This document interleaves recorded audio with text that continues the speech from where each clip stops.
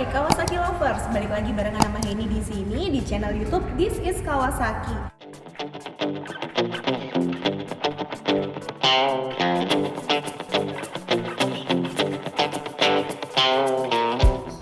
Dan hari ini Henny pengen banget ngepoin di bagian servis ya, karena apa? Kondisi pandemi kayak gini, lagi corona kayak gini, motor kita pasti jarang dipakai. Dan Henny ngalamin sendiri sih, kadang-kadang lupa manasin, susah banget untuk di starter. Nah, hari ini kita akan membahas seputar gimana sih merawat motor dan apa tipsnya supaya motor nggak mogok selama kita jarang pakai, gitu ya. Ikutin aja. Nah, sekarang ini aku lagi pengen gangguin Pak Eko. Pak Eko siapa sih beliau? Ini Pak Eko adalah manajer servis dari Kawasaki Surabaya. Dan kami Pak Eko lagi kerja ya. Pak Eko, ini loh, ini pengen kepo mengenai perawatan motor. Nah, apalagi sekarang kan kondisinya lagi pandemi kayak gini, corona. Motor ini ya yang terjadi pada diri sendiri, motor nggak pernah dipakai, ditaruh aja di rumah. Kadang-kadang lupa manasin, begitu manasin di starter kadang-kadang dia udah kayak udah mau mati nih, bingung ini aki atau gimana ya gitu kan, aki atau busi gitu. Nah itu kan ini nggak begitu mengerti. Pengen kepo dan supaya apa yang nanti ditanyain ke Pak Eko bisa bermanfaat buat yang lainnya juga, siapa tahu teman-teman juga mengalami hal yang sama kayak gitu. Jadi gimana Pak Eko?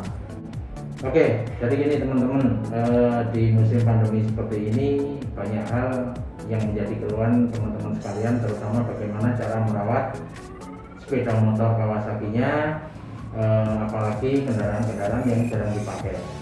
Sedikit kita bagi tips bagaimana merawat kondisi kendaraan di musim pandemi seperti ini. Yang pertama yaitu jelas, apabila memungkinkan teman-teman sekalian bisa melakukan atau memanasi kendaraan tersebut minimal 10-15 menit. Supaya apa? Supaya arus di dalam aki bisa terisi, kemudian oli juga bisa naik sehingga bisa melumasi bagian-bagian yang ada di dalam mesin. Kemudian yang kedua, jangan lupa juga melakukan pengecekan kadar oli. Oli ini bisa dicek dari dua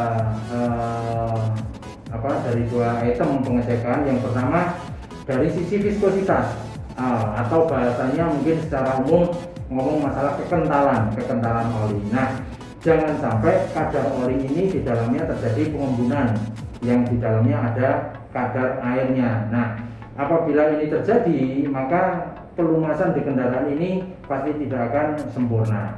Yang kedua adalah bagaimana melakukan pengecekan volume oli.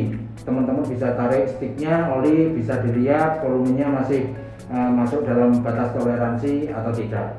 Ya, kira-kira seperti itu untuk pengecekan awal kendaraan.